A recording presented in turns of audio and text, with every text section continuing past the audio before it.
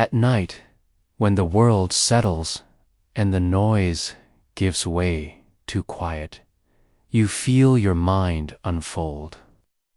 It stretches gently across the space behind your eyes, soft, vast, and full of secrets. You are lying still, your body at rest, and your thoughts begin to float as if drifting on a breeze too subtle to feel. In this stillness, your mind becomes a garden, not one of soil and roots, but of memories, growing, shifting, delicate things. Some memories stand like tall trees, steady and unwavering. Others are tender blossoms, opening only under certain lights. They hold the scent of childhood, the warmth of someone's laugh, or the shimmer of a summer morning long past. This garden wasn't planted all at once. It grew day by day, watered by experience, warmed by emotion, trimmed by time. Each memory is rooted in neurons, those quiet, living wires of your brain that carry thoughts like rivers carry rain. They speak in sparks and signals, branching out, like ivy, wrapping themselves around the essence of who you are. When you remember your first school, your mother's voice, or the taste of something sweet, you are stepping through this garden, walking its familiar paths. But sometimes, even, the most careful gardens can be overtaken. A stillness sets in not the peaceful kind, but the kind that forgets to wake. In the mind, it starts slowly. A misplaced word, a forgotten appointment. Then, whole corners of the garden fade. The paths become harder to follow. This is not ordinary forgetfulness. This is something deeper, fog that moves in, thick and unrelenting. Alzheimer's, they call it. A disease not of the heart or the limbs, but of the very space that holds your name, your story, your sense of self. Imagine walking into a garden where the flowers do not recognize the sun, where the trees lose their leaves not to seasons but to silence. The fog rolls in, unseen, yet it changes everything. And still, inside this fading space, life tries to hold on. Neurons flicker, synapses grasp. The mind resists forgetting, even as its foundations begin to crumble. For decades, scientists have stood at the edge of this garden, peering in, wondering how to stop the withering. Some bring maps, diagrams of brain tissue, pathways, chemical keys. Others bring patience, watching mice in dim-lit labs, hoping to trace the moment memory slips away. They are gardeners in their own right, though their tools are microscopes and proteins, not trowels and seeds. They kneel at the roots of the brain, examining what makes a memory grow and what causes it to fade. It is here, in this gentle war between remembering and forgetting, that the story begins. not with a dramatic cure or lightning bolt discovery, but with quiet work, day after day, mouse after mouse, each tiny life carrying clues written into its brain. They whisper to the neurons, so to speak, introducing changes, adjusting signals, looking for a flicker of something returning.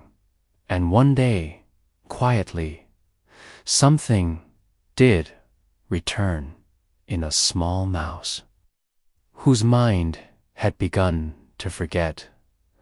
The fog lifted just enough. A memory flickered. It found its way home. Not a full return, but something real. The kind of moment that draws scientists closer, leaning in, breath held. Could it be that memory, once lost, can be restored? Could the garden regrow?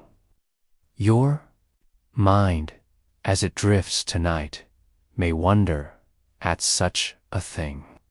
You may feel the breeze of curiosity brushing against your thoughts. What if we could guide the brain back to its pathways? What if we could help the mind remember not just names and faces, but itself? As you rest, imagine lying in your own quiet garden, surrounded by gentle trees of thought. Imagine somewhere, far away, a light turning on in the darkness of a mouse's mind, a single memory found. The story of healing doesn't start with certainty, begins with wonder, with watching, with waiting. And just beyond the fence of this garden, a small creature stirs beneath soft lab lights. Stepping into a maze it once forgot, asterisk, and so you follow into chapter 2, a mouse, a maze, and a miracle, somewhere far from your resting place. Beneath the hum of laboratory lights, a mouse awakens. Its world is a gentle, quiet, dim corridors, soft bedding, faint scents of sawdust and sleep. But soon it is guided into something more structured. A maze, not a menacing one, not the kind made for traps or confusion. This one is simple. Walled, paths of soft plastic, turns that lead to familiar corners, and rewards waiting at the end. At one time, this maze was no mystery. The mouse knew the turns like it knew the beat of its own heart. But something has changed. The mouse pauses at a junction it once remembered. The scent trail fades. The turn that led to food and comfort now stretches on unfamiliar. It hesitates, sniffing, then turns the wrong way. And again, and again, and again. A quiet wrongness has settled. In its brain and erosion of the map it once carried within. The maze has not changed, but the mouse has. You lie still, your breath slow and deep, imagining this little creature so small, so ordinary, yet carrying within it the mirror of a vast human struggle. Scientists do not need to see words forgotten or names misplaced. They see it here in the hesitant steps, the broken trail of memory. A brain once sure of its direction now wanders without anchor. Alzheimer's, in its early forms, has arrived. The scientists do not interfere at first. They watch. They document. Their notes are quiet lines on a clipboard capturing the patterns of confusion. They are not looking for drama. They are looking for absence, for what is missing in the mouse's movement. What has disappeared in the electrical currents running through its brain? Somewhere in the tangle of neurons, the map has faded. But then the scientists try something. A gentle intervention, surgery, not shock, but something quieter. They introduce a protein delivered precisely, delicately, but a message, a signal to the cells that once fired and flashed with memory, a biochemical whisper in the dark, asking the brain, will you try again? The mouse returns to the maze. At first, it falters, just as before. But then, something subtle, a moment of pause, and then a correct one. The kind it used to take. The scientists lean in, holding their breath, their pens paused above the page. The mouse moves again, another correct choice. Then another. You might imagine this shift like a lantern being lit in a long abandoned hallway. Slowly, hesitantly, the brain begins to recall the shape of its world. Pathways that once lay dormant begin to spark. It is not immediate, it is not perfect, but it is enough to stir. Enough to make the scientists look at one another with cautious wonder. How does memory come back? Not like a flood, but like dew forming on the surface of thought, tiny and slow, but real, and once it begins, it can grow. The proteins delivered to the brain weren't magic. They didn't carry the memories themselves, but they opened the doors. They nudged the neurons awake. And perhaps most astonishingly, the brain remembered how to remember. You let this thought settle into you like a lullaby. The idea that even after forgetting, there may be a path back. That your mind, your memories, your sense of home, these are not so easily erased. They may hide. They may drift like clouds. But they may also return, given time, care, and the right signal. The mouse finishes the maze. This time, it finds the reward, not just food, but the familiarity of success. Its tiny heart beats steady. The scientists mark their notes. A shift has occurred, and in that quiet room where no one is clapping and no headlines will be written yet, something enormous has happened. Memory has taken root again in a brain once fading. Now your breath is even, your body still. The story has slowed, but your wonder has grown.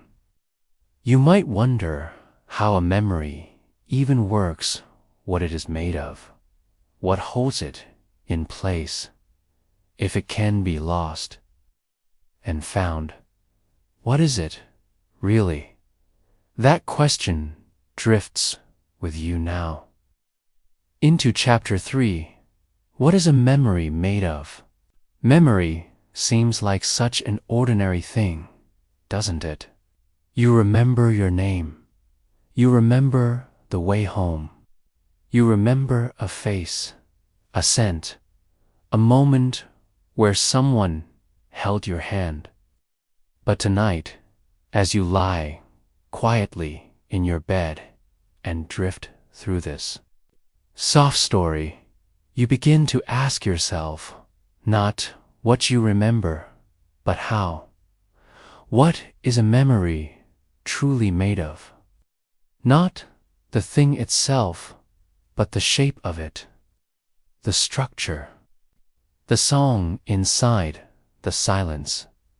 It's not a photograph, not ink on a page.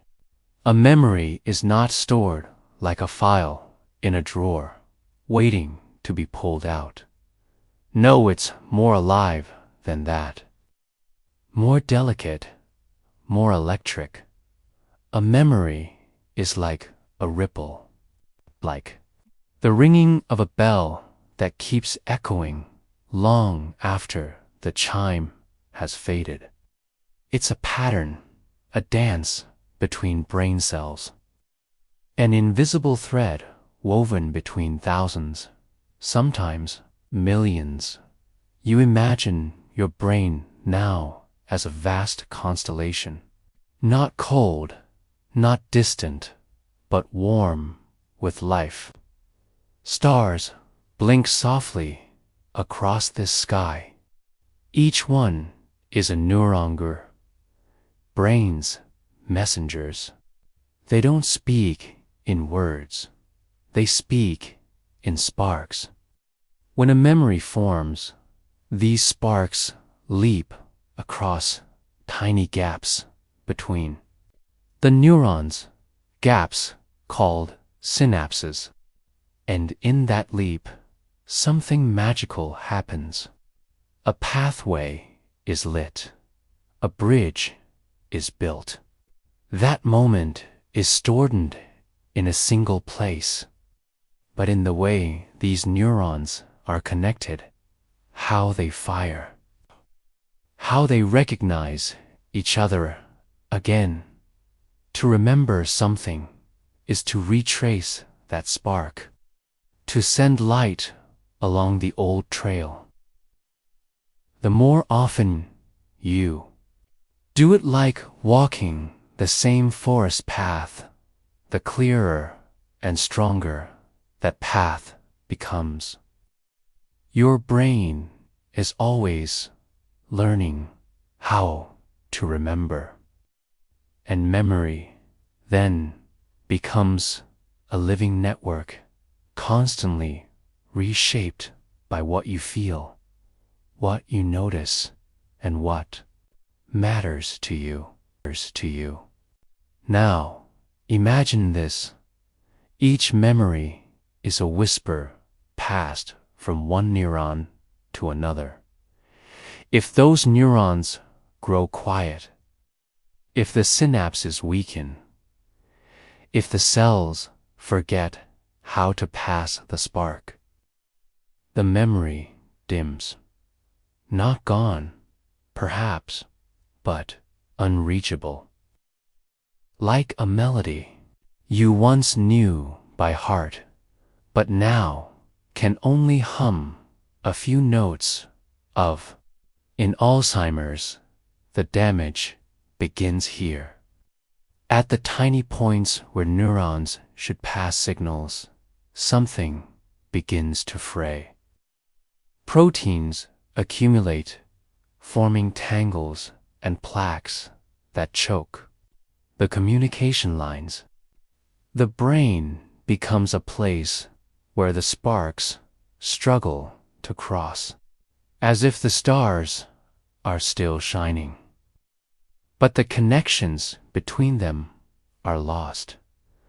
But there is hope in this fragility. Because memory is not only chemical, it is adaptable. It is not fixed in place like stone. It can be rewritten, rerouted, relearned. The scientists who watched the little mouse find its way again understood this. They saw that the memory may not be stored in one neuron, but in the relationship between many. And if you can help those relationships rekindle, even after damage, you may help the memory rise again.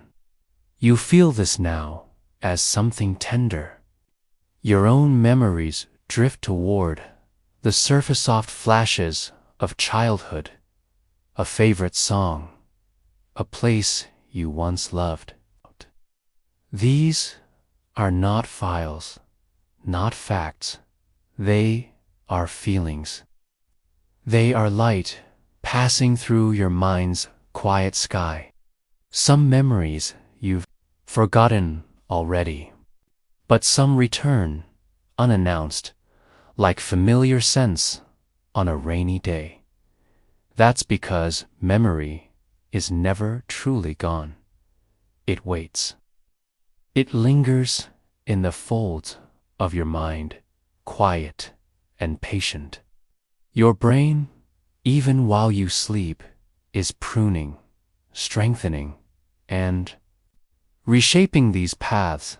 Some are trimmed, some are kept, some are gently rewired.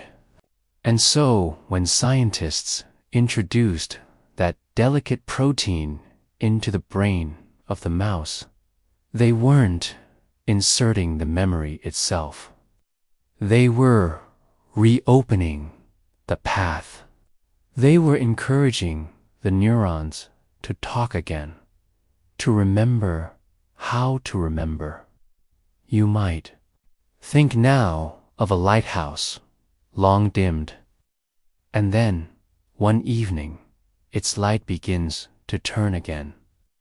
Not brightly at first, but steadily. That is what happened in the minds of those mice. The protein didn't rebuild the past. It helped restore the circuit through which the past could return. Now, in the soft comfort of your bed, you might wonder about your own circuits. How each time you recall something dear, the neurons realign. That when you dream, your brain is sorting through pieces of your story, deciding what to keep, what to let go. You are not a machine, and your mind is not a storage room. It is a river flowing and reforming, and memory rides its currents, always moving, always alive. So if a memory fades, perhaps it does not vanish. Perhaps it waits for the right conditions, the right chemical winds, the right signal to come home again. That signal scientists delivered to those mice was not loud. It was not aggressive. It was a whisper. A whisper the neurons heard. A whisper they followed. And slowly, step by step, the memory returned. What is a memory made of? Not paper, not stone, but pulses and patterns, and the possibility of return. And now, as your thoughts grow slower, as your breathing deepens, you begin to feel it's that same possibility blooming in your own mind. That healing can begin at the smallest levels. That the most complex things, the architecture of identity, the feeling of home, the sound of a name can all be born in the smallest sparks between cells.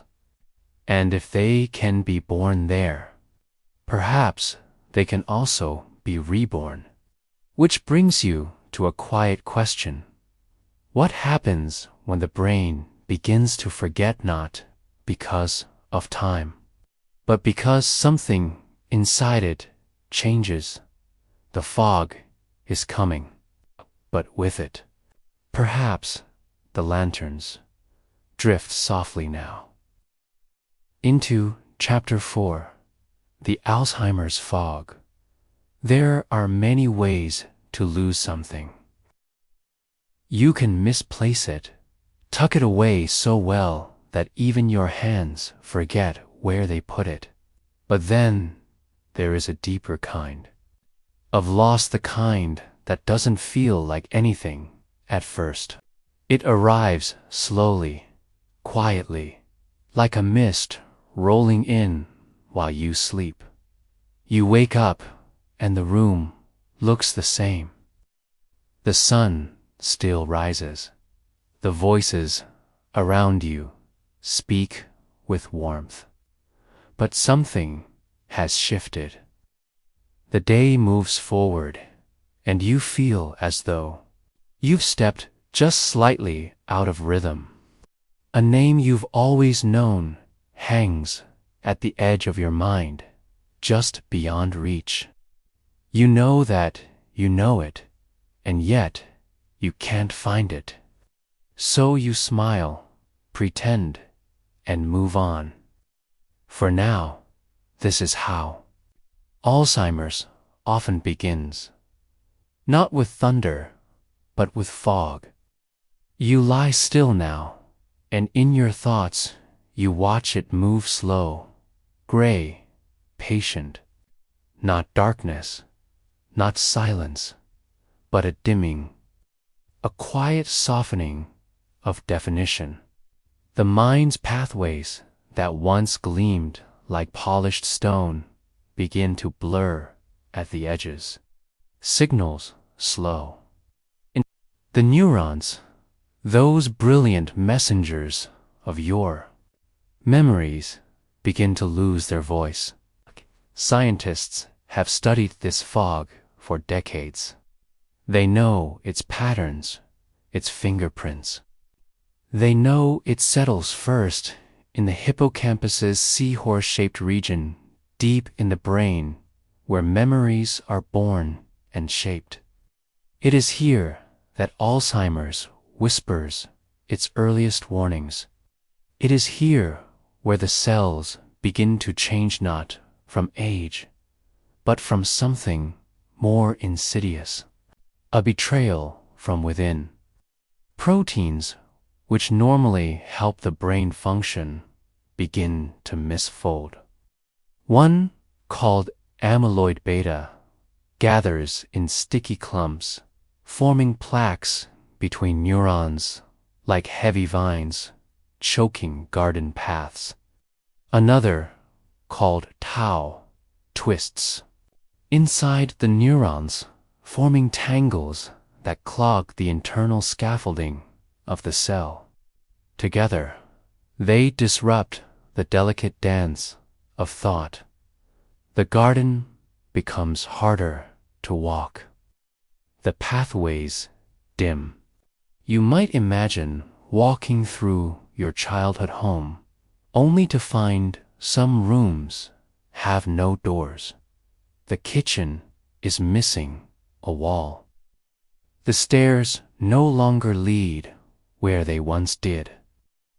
The place is familiar, but now filled with silences where laughter once echoed. That's what Alzheimer's does. It doesn't erase everything at once. It just quietly removes the way back to it. But not all at once. There are good days, clear moments, smiles that return, even if only briefly. The fog doesn't cover everything evenly. It comes in waves, some soft, some sudden. There are patches of clarity where memories still shine. And for those who love someone living in the fog, those moments are treasured like gold. As you breathe slowly in the comfort of your own bed, you feel a heaviness, not of fear, but of reverence. The brain is so intricate, so alive, and yet it can be made so vulnerable by these tiny missteps. A single misfolded protein, a single clogged synapse, and a whole memory, a whole piece of you might become unreachable. And yet, this is not a chapter of despair. Even as the fog moves in, scientists walk directly into it, not with torches, but with data, with hope, with patience. They map the progression of the disease through brain scans, study blood for clues, watch how mice forget and learn again. And each mouse, each tiny brain, becomes a window into the mystery. They have learned to recognize the earliest signs long before a symptom appears.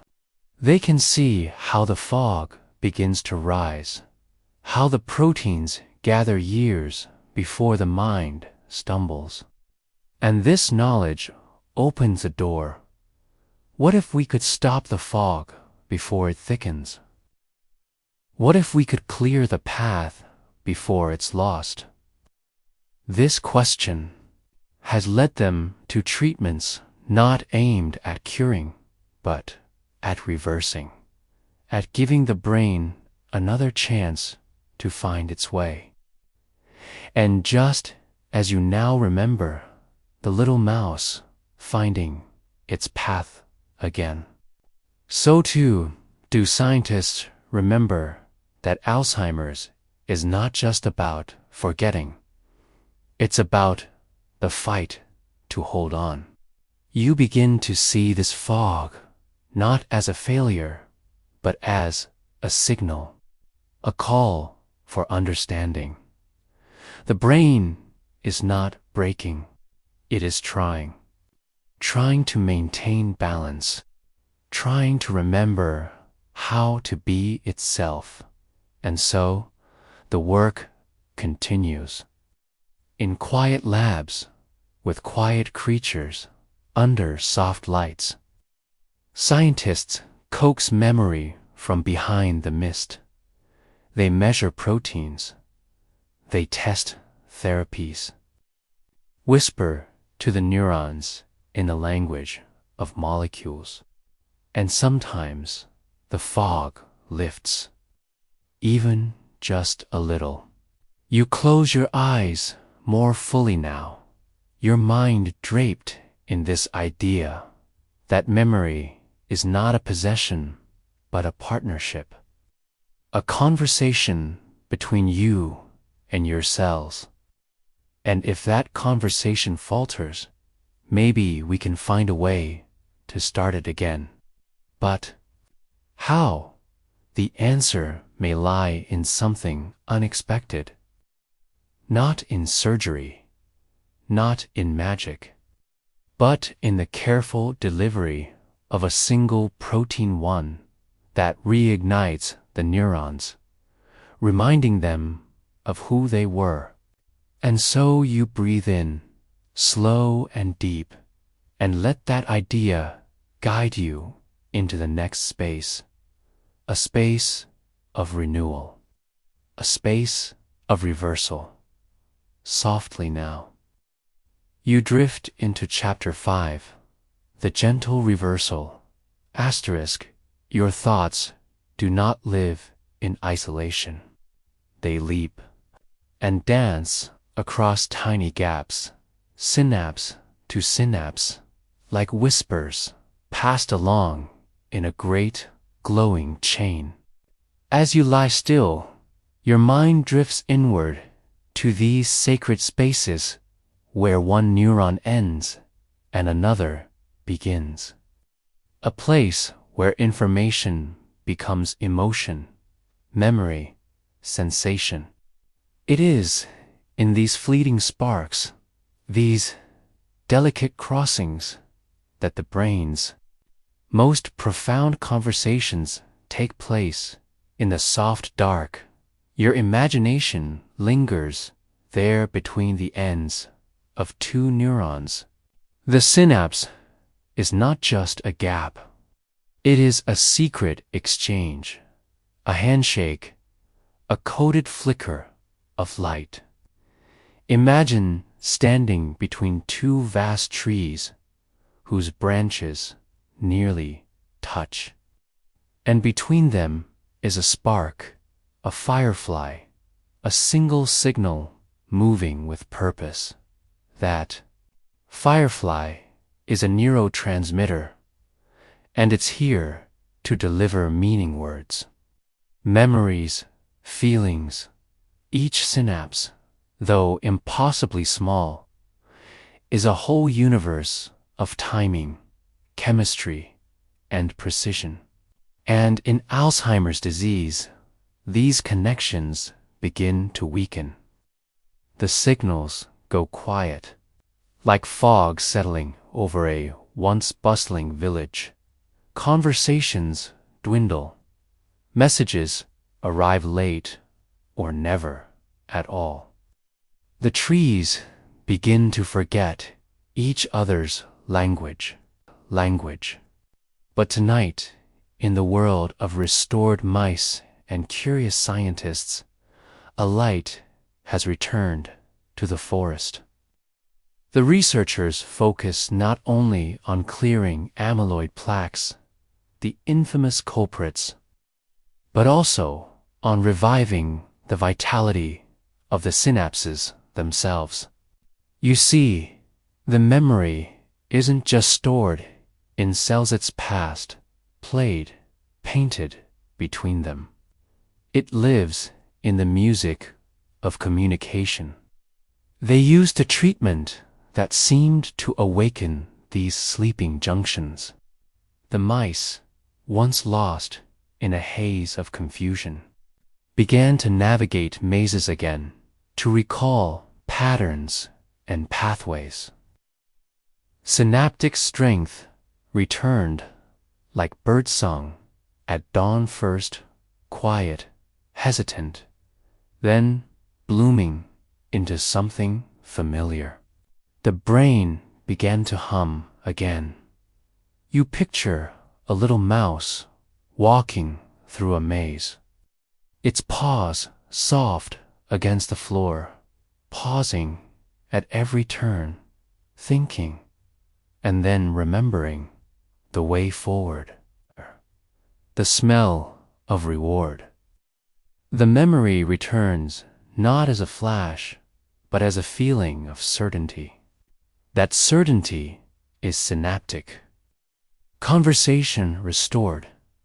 The treatment worked by helping these neurons better receive and interpret the signals, like repairing a broken telephone line or tuning a piano that had fallen out of harmony.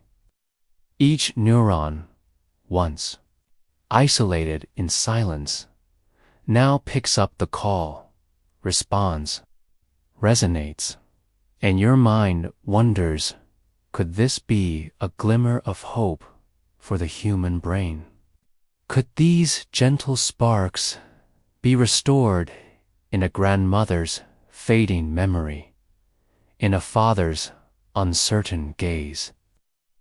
The idea feels fragile, like glass, yet beautiful.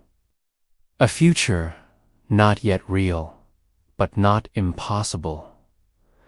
As you drift deeper into the quiet of your room, you imagine your own brain glowing softly in the night, a cathedral of synapses, every flicker a story, every whisper a path.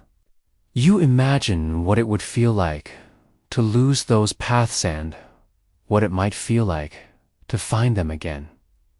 The brain does not forget all at once. It loses threads like an old tapestry, unraveling one stitch at a time. But if you could mend the threads, if you could reweave the pattern, what would you remember first? A face, a song, the scent of jasmine.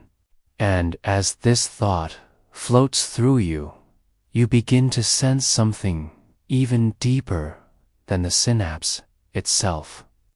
The architecture beneath, the structure that holds the network together, ready for renewal. You begin to sense the brain's own blueprint of resilience waiting to be unlocked. And so we move gently into the next chapter, where the hidden architects of memory begin to stir beneath the surface, preparing to rebuild. Asterisk, beneath every neuron, beyond every flickering synapse, lies a quieter force. Not the electricity, not the chemicals, but the structure itself, the scaffolding that holds the mind in shape. These are the microglia and astrocytes, the lesser known but ever-present architects of your thoughts. They don't carry memories, they don't send signals, but without them, none of it would be possible. You lie still in your bed, eyes closed, letting the silence carry you inward.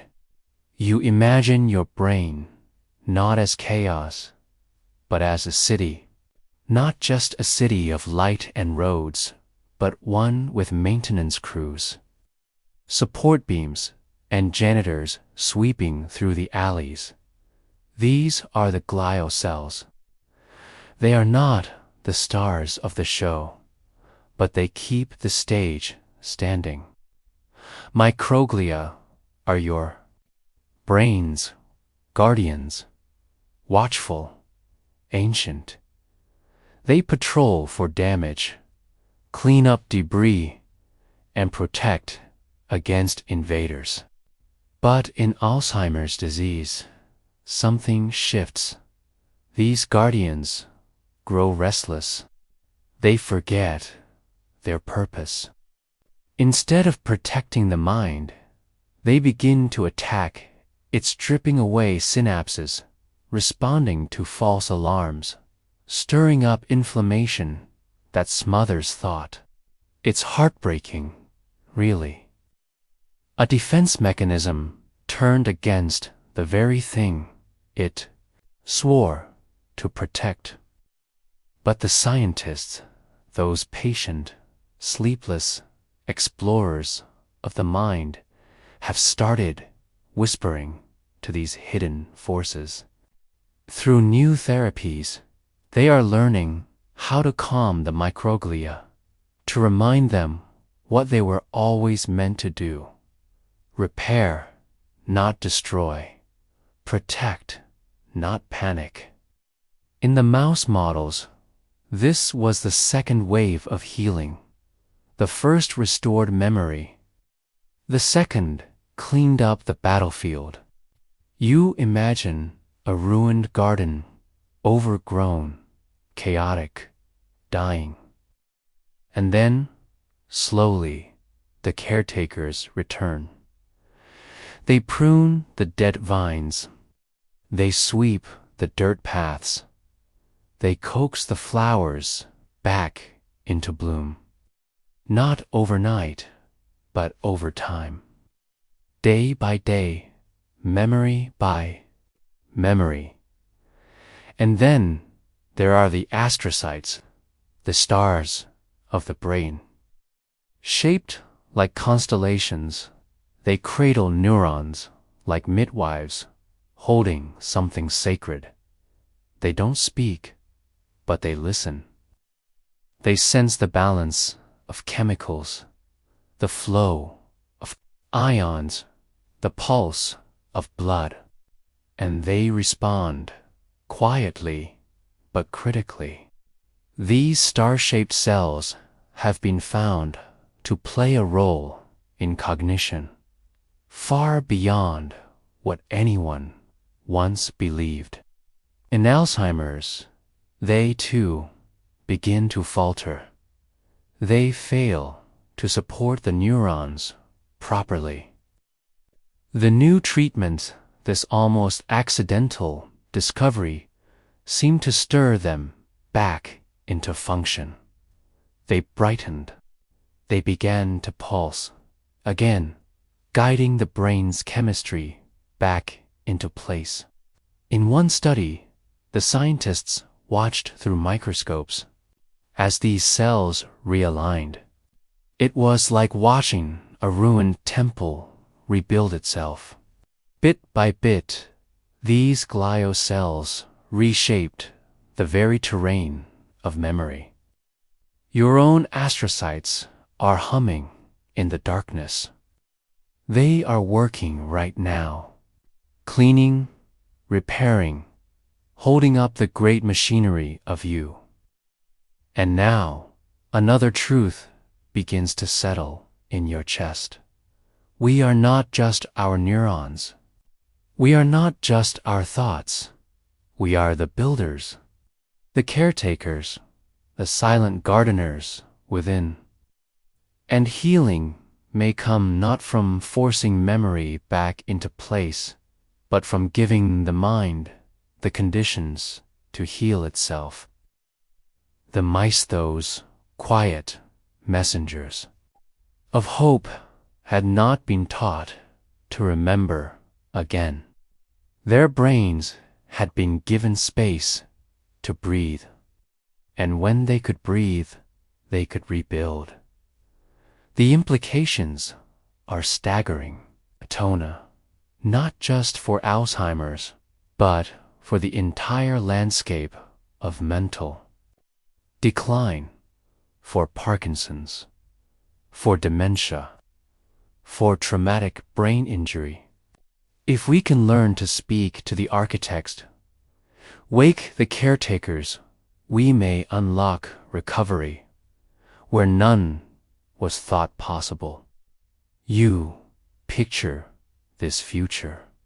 A scientist in a quiet lab, tweaking a formula not to destroy a disease, but to remind the body of its purpose. A patient who once couldn't recall their child's name, slowly turning to them one morning and saying it softly but clearly. A room full of lost things finally found. But this chapter, like all true science, ends not with certainty, but with a question. What else lies within us, waiting to be reawakened? How much of who we are depends not on what we remember, but on what is allowed to regrow. You turn in your sleep a little closer to dreaming. The architects within you continue their silent work. Beneath the cells, beneath the thoughts, something ancient begins to stir.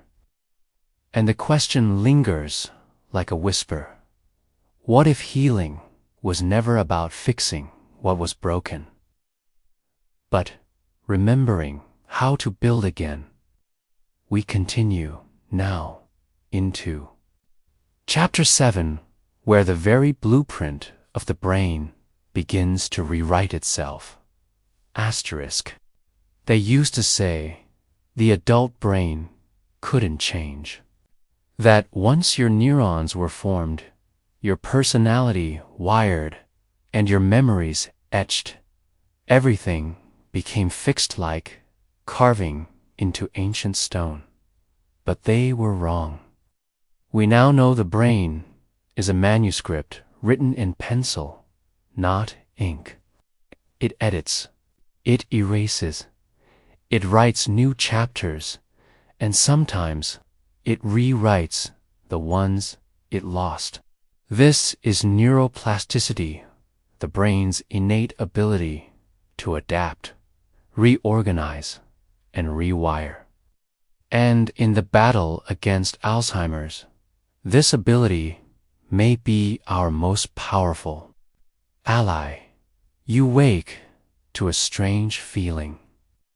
Not exactly clarity, but a sense of space. As if a window had been cracked open somewhere inside your mind. It's quiet, but not empty. There's a presence of possibility. A trail waiting to be rediscovered. The researchers at the Gladstone Institutes and UCSF noticed something peculiar after the drug treatment in the mouse trials.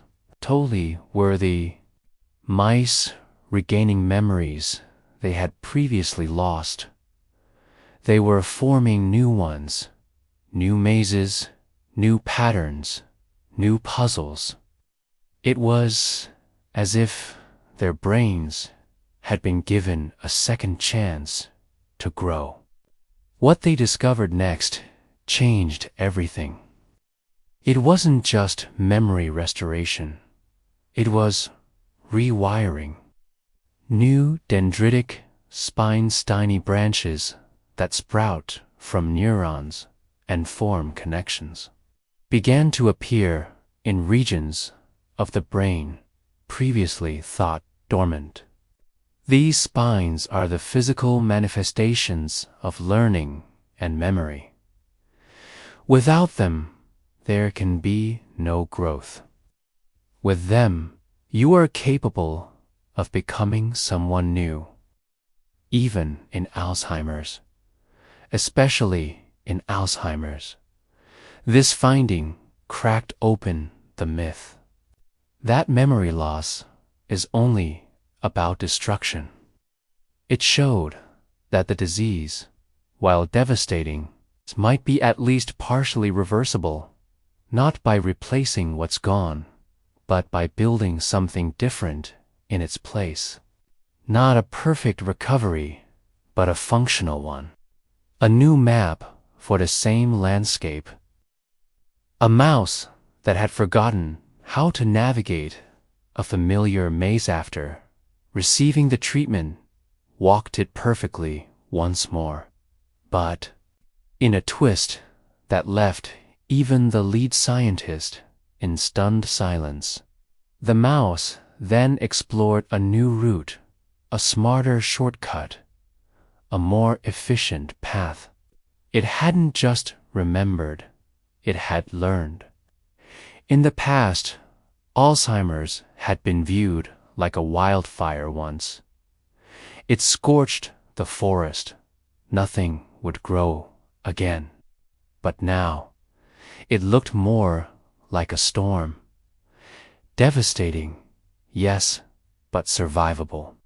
And if the roots are deep enough, regrowth is possible.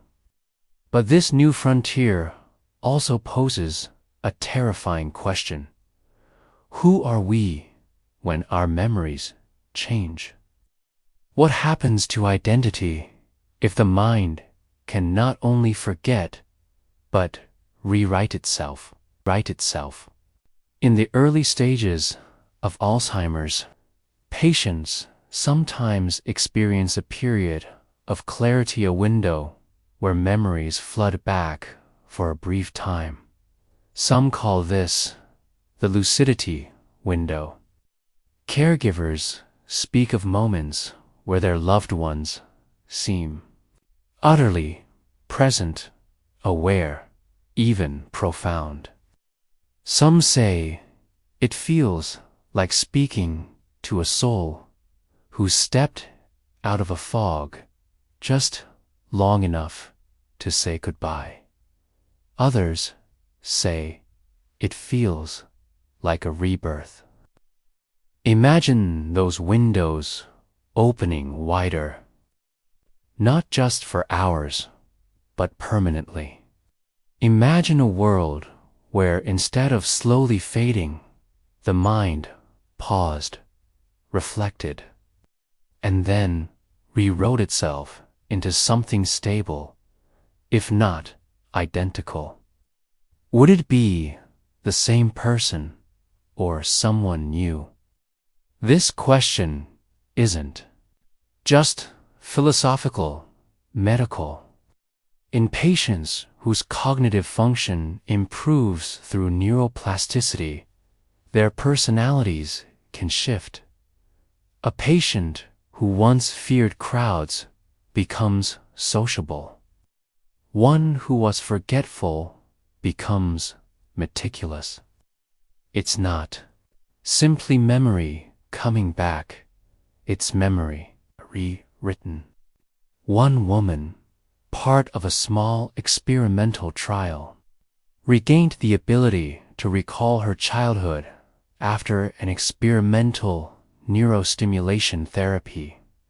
But she also began creating new memories, even inventing details from events long past, blending truth with fiction, past with present. Her family said she was more her than ever, yet also not quite the same. But is that really different from the rest of us? Every memory you have is a reconstruction. Every time you recall something, your brain reassembles it.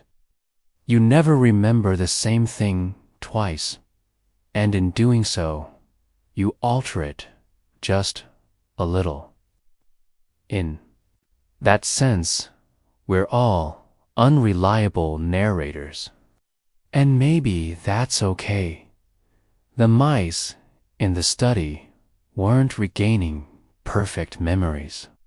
They weren't downloading the past like data from a hard drive.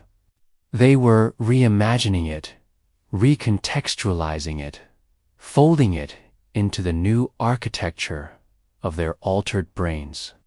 And that might be the most hopeful thing of all.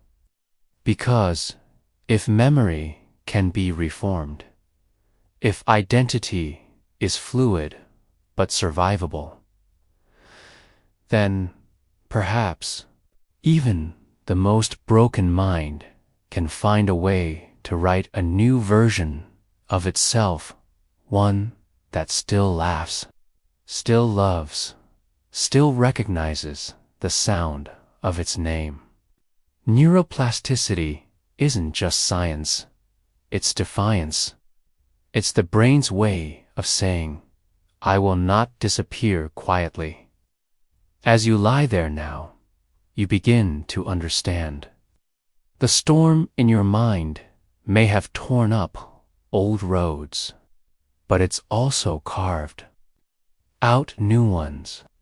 You felt it in the way certain memories return, uninvited, half-formed, but persistent, in the way smells, sounds, the texture of morning light still tug on something deeper. That something is plasticity, and it means you are never truly finished. Not as long as the brain still breathes.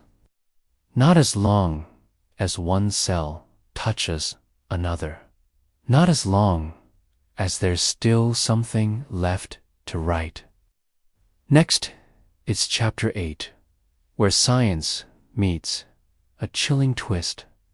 What if forgetting isn't a failure, but protection from something too dangerous to remember? Inside the maze of memory lies a secret, tiny cells that chart your past like stars on a navigator's map. These are the place cells, ungrit cells, quiet architects of experience. As you rest, their patterns glow like constellations in a night sky of thought. Tonight, you drift through this inner cartography, where the mind gently draws the landscapes of who you are. Asterisk, even as your body lies still. A quiet journey continues within a gentle unfolding of paths, places, and remembered turns. The folds of your brain become a map, and your thoughts are its terrain. You may not be walking now, but somewhere deep in your hippocampus, there are cells still tracing the outline of a room you knew, the scent of a hallway, the pause before a doorway. These are your place cells' tiny neurons that fire like lanterns in specific spaces. And your fingers brushed the edge of her crocheted tablecloth.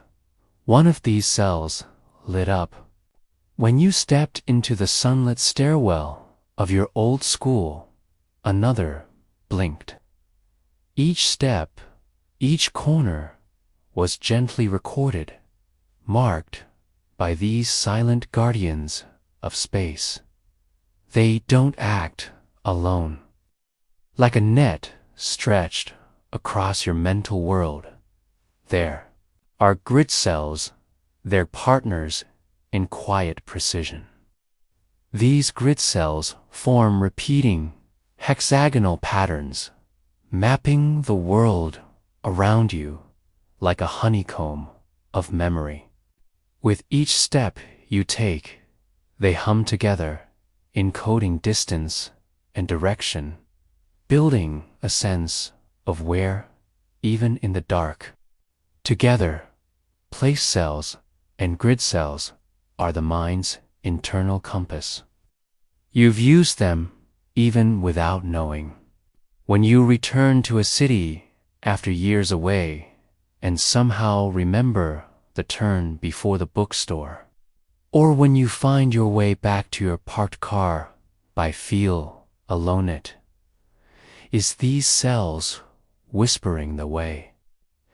In mice, these neurons can be traced with incredible clarity. Scientists place the animals in simple mazes or open fields, and through delicate recording techniques, watch as specific cells fire in distinct patterns. One cell lights up when the mouse nears a corner, another when it crosses the center. As the mouse explores, a glowing map appears, one not drawn on paper, but etched in living brain. But what's remarkable is not only that these cells exist, but that they remember. Once the mouse has explored a space, the next visit triggers the same place cells in almost the exact same sequence.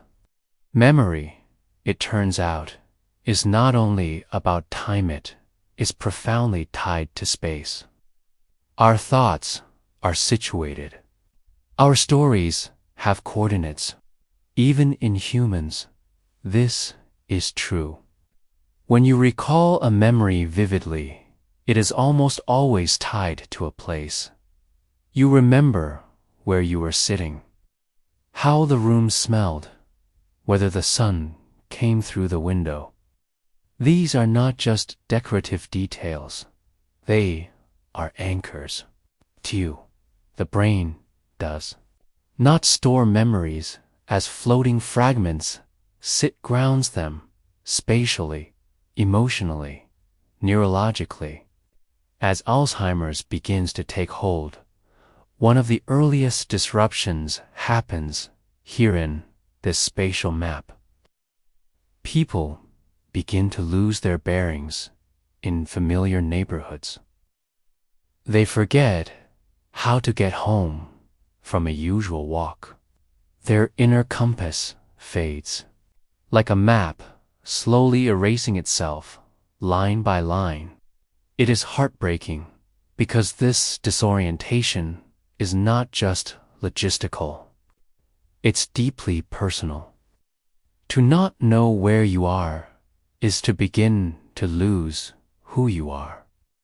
That is why, when scientists in the recent study reversed brain damage in mice and saw restored memory, they looked first to these systems. In treated mice, cells began firing with renewed consistency. The map was redrawn. It's a kind of miracle, but not a flashy one. No glowing transformation, no cinematic moment. Just a mouse quietly walking through a space it had once forgotten, remembering. The light of recognition returning to its brain, cell by cell. You, too, carry these inner maps. They guide you in dreams, in sudden moments of déjà vu, in the instinct to turn left instead of right. They are part of the brain's deep geography world that exists not outside, but within. And just as landscapes can be restored after fire or flood, so too can memories terrain, it seems. The recent breakthroughs are still early, still unfolding, but they carry a simple, profound hope that the maps drawn within us may be more resilient than we knew. So, as you drift now, imagine walking through a place you once loved, a park, a garden, a childhood home. Feel the ground beneath your feet in memory. Let the walls and corners return. Each remembered space is a thread, and together they stitch a tapestry of identity. In the next chapter, we will step into one of the most mysterious elements of memory, the way your brain stores the feeling of an experience, not just the facts. How does the warmth of a sunset stay in the mind long after its light fades? Let's walk toward that soft glow together. In the quiet chambers of your brain, memories whisper their reflections. You peer gently into the mind's mirror, where past and present ripple together. Science now touches these tender echoes, coaxing clarity from confusion. What does it mean when your brain sees itself and learns to heal? Drift deeper, not downward, but inward, toward the quiet halls of memory. Here, inside your brain, time doesn't move in a straight line. It folds, swirls, reflects. You see moments from long ago appear like reflections in a mirror. Not exact, not sharp, but present. Felt memory has always been a mystery, a ghost you can almost touch. Lives not in one place, but everywhere. Each memory, it seems, is held gently across hundreds, sometimes thousands of brain cells. Neurons connected like dancers in a silent symphony. When one fires, it awakens another and another, until the dance becomes a moment, and the moment becomes you.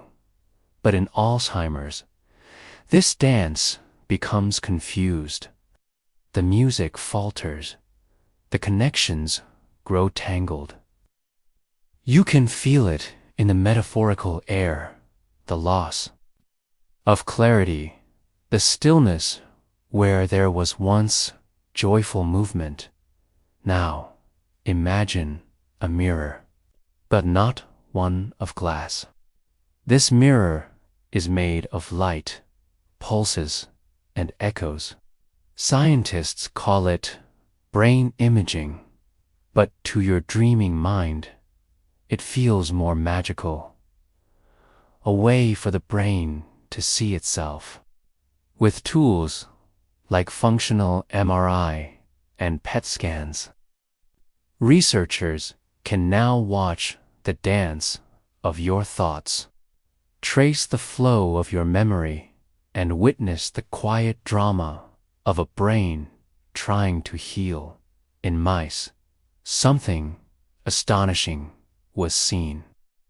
After receiving a special treatment, a gentle protein that unlocked stuck signals, their brains lit up in places once dim.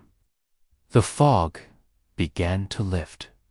The mirrors of their minds reflected again. Maze roots remembered. Faces recognized. Patterns once lost returned like songs remembered in a dream.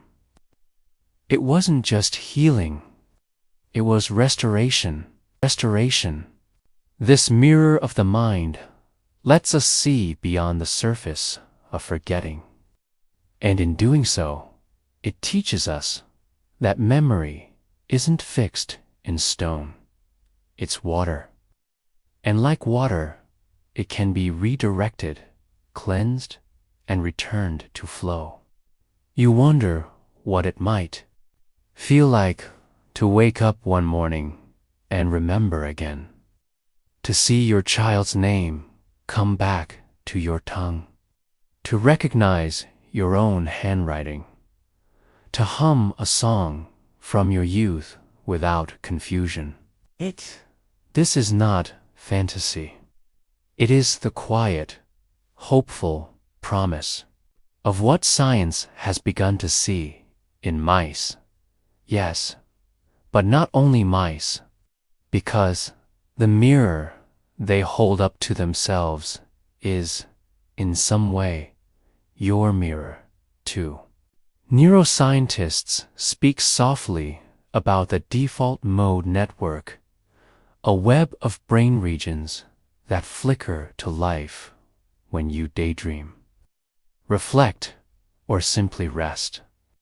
In people with Alzheimer's, this network fades, but with certain treatments, it begins to glow again.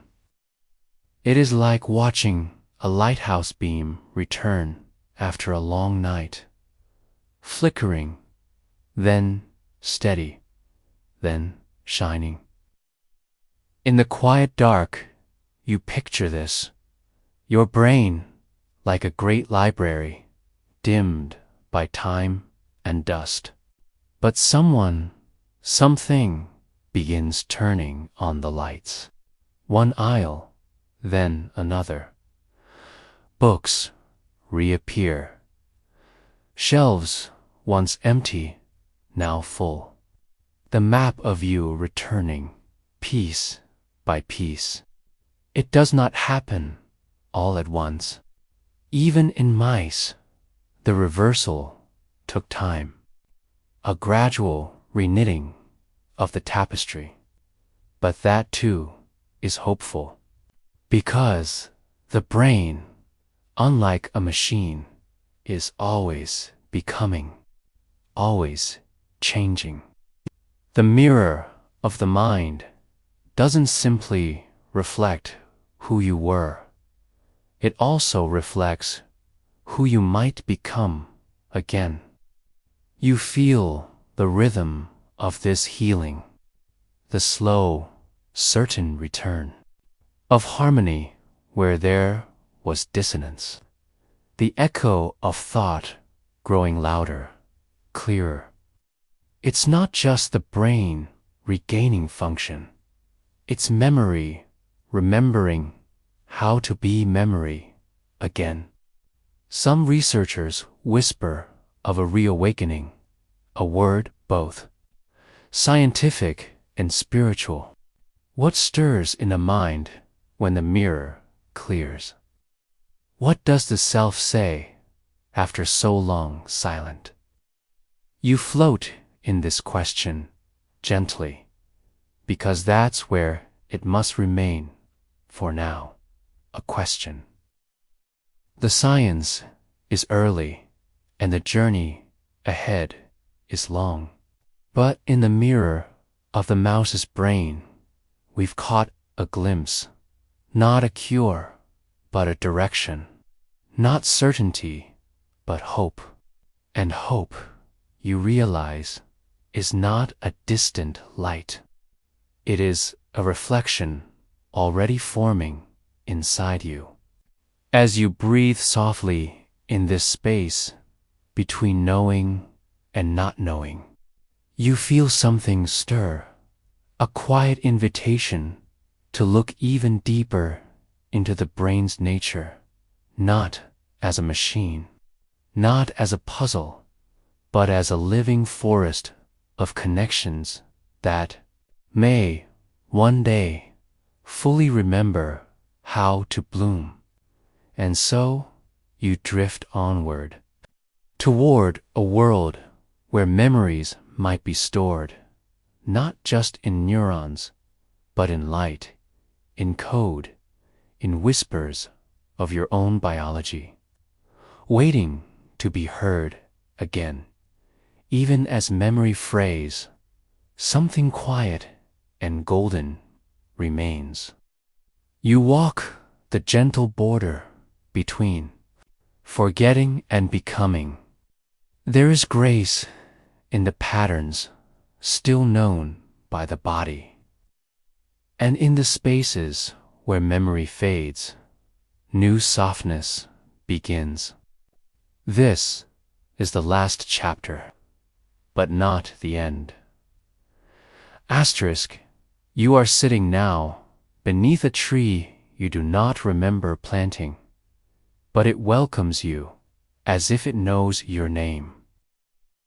The wind whispers through the leaves in a language your mind may not recall, but your body does. There is an understanding deeper than memory, older, quieter, closer to the rhythm of your breath than to the words in your mind. Your eyes drift toward the horizon, where a gentle light folds itself into the clouds. It's hard to tell what time of day it is, but here it doesn't matter. You feel something new in this forgetting, a softness, a stillness, as if you've arrived, not at the end of something, but at the beginning of a different kind. Knowing Alzheimer's is often spoken of as a thief, as something that takes, but not everything is stolen. Even as memories fade like fog lifting in morning sun, some things stay, the warmth of a hand, the smile of a loved one, the pull of a familiar song. Your brain is changing, yes. But you are not lost. This chapter is not about what is gone, but what remains in the late stages of memory loss. Scientists have found curious and beautiful truths. People who cannot name their children can still sing lullabies from their own childhoods. They sway instinctively to rhythm. They laugh at timing.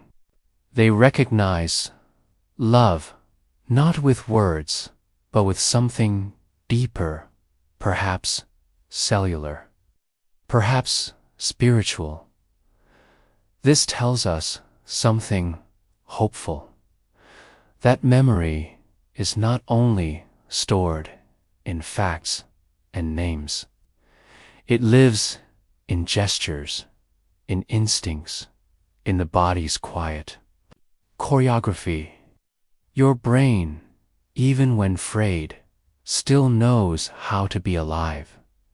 It knows how to reach, how to respond to kindness, how to be moved by music, or stillness, or light. Science is beginning to map these layers. Researchers speak now of emotional memory, of procedural memory, parts of the mind less touched by disease. These regions, nestled deeper in the brain, often remain vibrant long after others have dimmed. Recall their home address may still find the keys beneath their fingers, and the melody may come without asking. Is that not memory, too? It is not the same memory as a list of dates or faces, but it is memory in the way that a tree remembers how to grow toward the sun, a kind of wisdom that doesn't need words, a light that remains even when the window closes. So much of your mind is shaped by patterns, neural loops formed over time through repetition, feeling, and rhythm. And many of these patterns are durable. They are stored not only in the outer shell of recall, but deep within, like a heartbeat that knows its tempo. Even in decline, the brain is not silent. It whispers, it adapts, it speaks in new patterns, subtle and profound. It rewires, even now. This is the quiet miracle of neuroplasticity, that change is still possible, healing still underway, even when the surface seems still. And in mice, those small explorers of our future, we've seen light return to places once dim through therapy, sound, light, and biochemical precision. Researchers have begun to restore what was lost. They have reawakened frozen synapses, reignited connection. And though the journey from mice to humans is long, the path is opening. You wonder, what could be restored in me? The answer is not simple. Not everything may return, but restoration is not only about what comes back.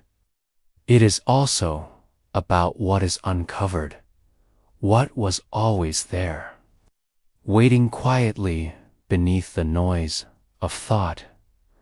In these quiet hours, when the world sleeps and you listen to your breath, you might feel it, the presence of yourself beneath the layers of forgetting, the person who has always been there, not defined by what you remember, but by how you love, how you feel, how you are still moved by the sight of the moon rising slow and round. And maybe that is the light that remains. Not a torch of perfect recall, but a candle of presence. Something small, soft, steady. You feel it now, don't you? That gentleness, that awareness, that peace, it may not hold every name, but it holds meaning. It holds you. As this chapter draws to a close, you are not ending. You are drifting gently, like a leaf finding water into a new way of being. One where memory is not a list, but a song. Where the mind does not need to grip tightly, but can let go, trusting the current. Tomorrow, science will go further. The brain will reveal more. New therapies will arise. Hope will grow. But tonight, let this be enough, that you are here, that you are whole, in a way no test can measure, that your mind, even in its quietest hours, is still lit from within, a gentle light, a remembering without words, a soft promise that even in forgetfulness, you are never truly lost. You breathe in, you breathe out. The tree above you rustles gently, and the light that remains begins to reach again. Asterisk in the quiet hum of the laboratory, where memory once faded, it now begins to glow. You'll walk through the final trials, the flicker of breakthroughs, the hopes behind every microscope. This chapter draws near to the edge of something profound, the possibility of remembering again. It's not just about science now. It's about the human soul reclaiming its name. And in this still moment, you are closer than ever to the light. Asterisk, the lab doesn't sleep. Not really. Even in its quietest hours, something pulses through its walls. The soft hiss of temperature controls, the blinking green of machines running checks, the light tapping of a mouse cage being nudged by a small, curious paw. In this space, the outside world fades away. You're not thinking about time or even progress. You are here. You are watching. This is the place where something astonishing happened, where mice, once confused and stilled by Alzheimer's, began to remember again. Their tiny bodies don't show it at first. Memory is invisible, elusive, but then it returns in the rhythm of their paws, in the way they navigate familiar mazes, in how they find hidden treat without wandering in circles. You imagine it, don't you? Their brains, delicate and complex, once tangled in the same plaques that cloud the human mind in Alzheimer's, tau tangles, amyloid beta plaques, the invisible intruders that unravel a lifetime, string by string. But something new entered. Their bloodstream, a molecule carefully engineered.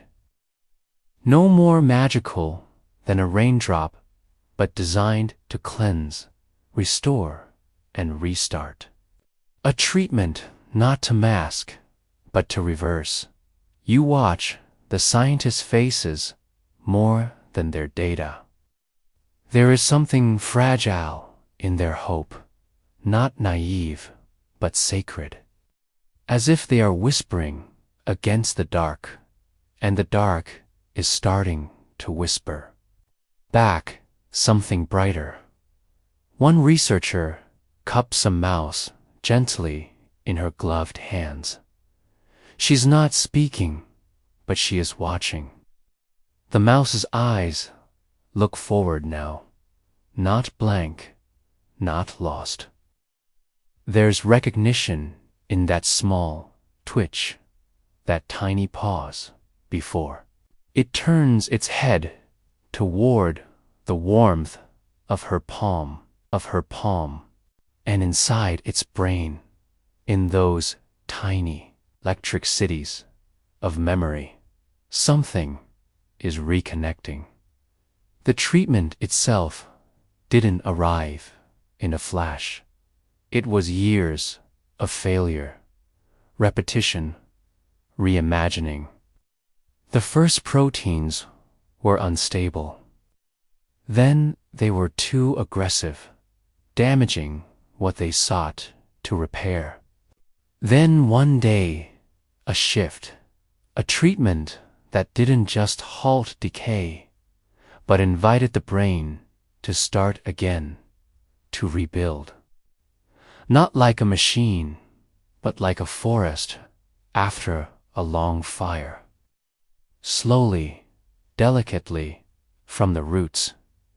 You think of the people waiting, families holding photographs that no longer mean the same, children speaking to parents who no longer remember being young, and now, perhaps, a flicker of change.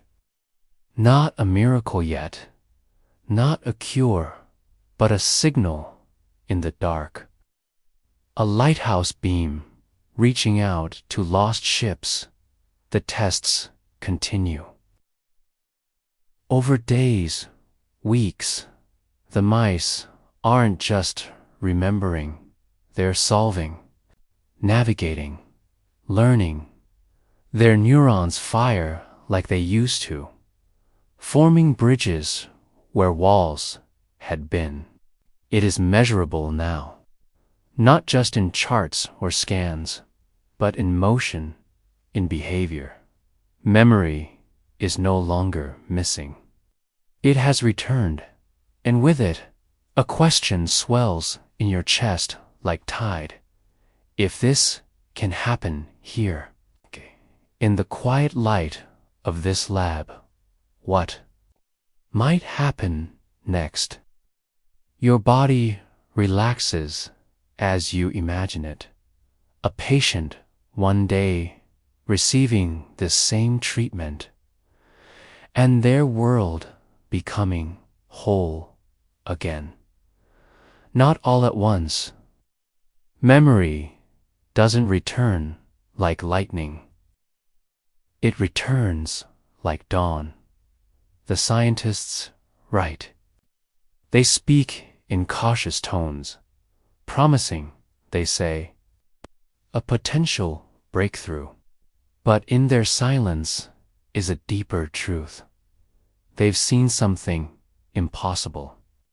And now it is not impossible anymore.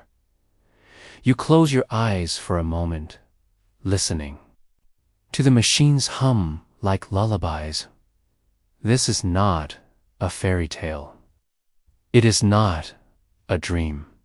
But it feels like the edge of one, the kind you drift into slowly, floating between what is and what might be in this space. You are part of something tender and colossal, the reclaiming of thought, the return of names.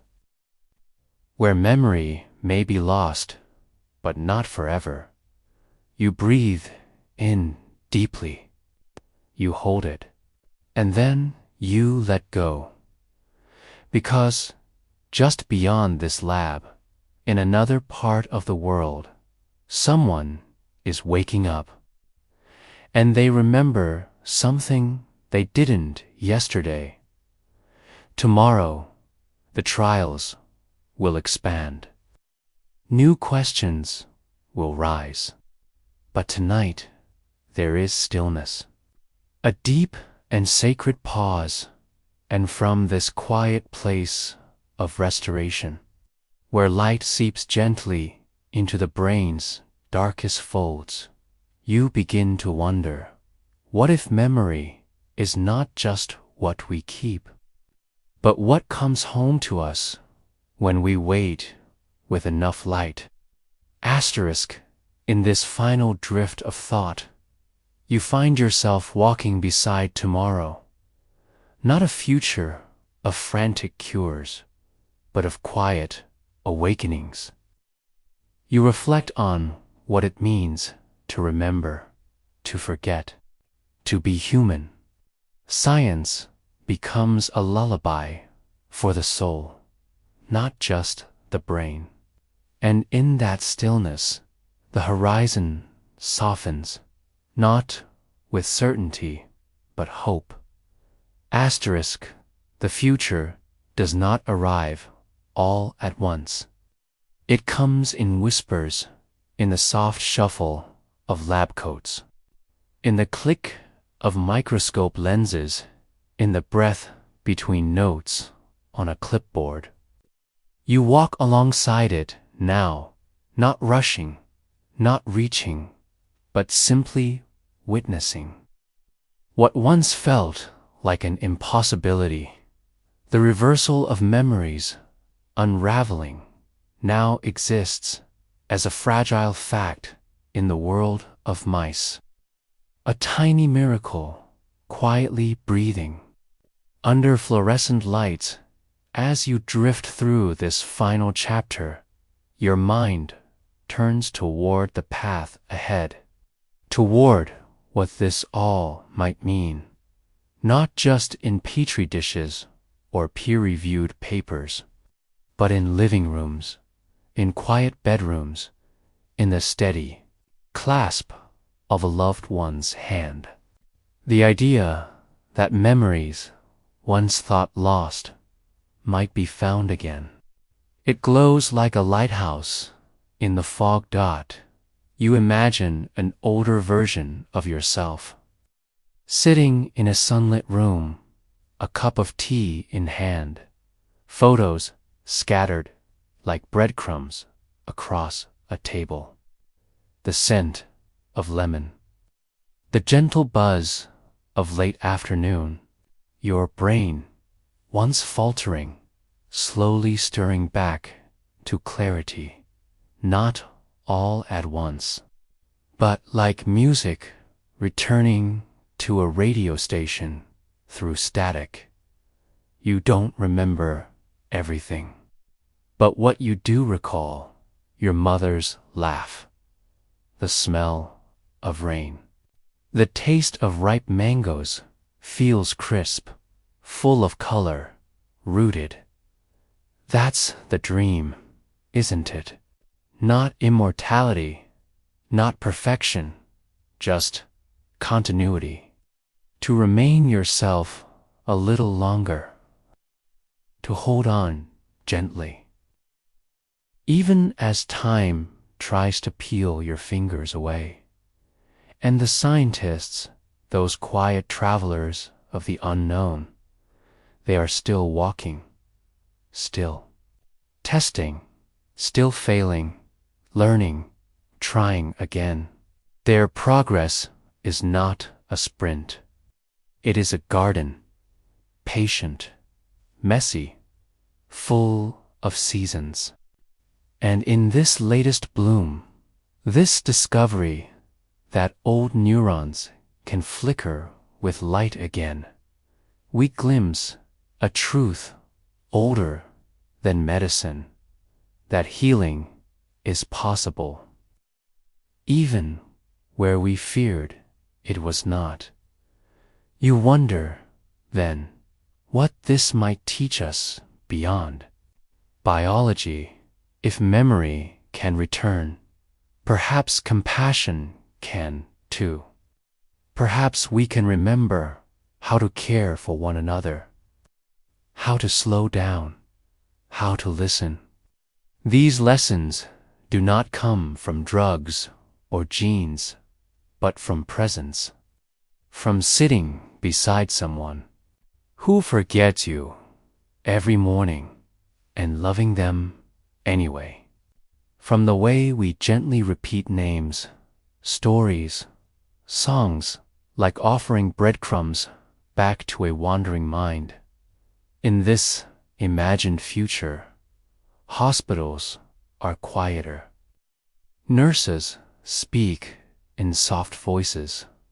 Families visit often.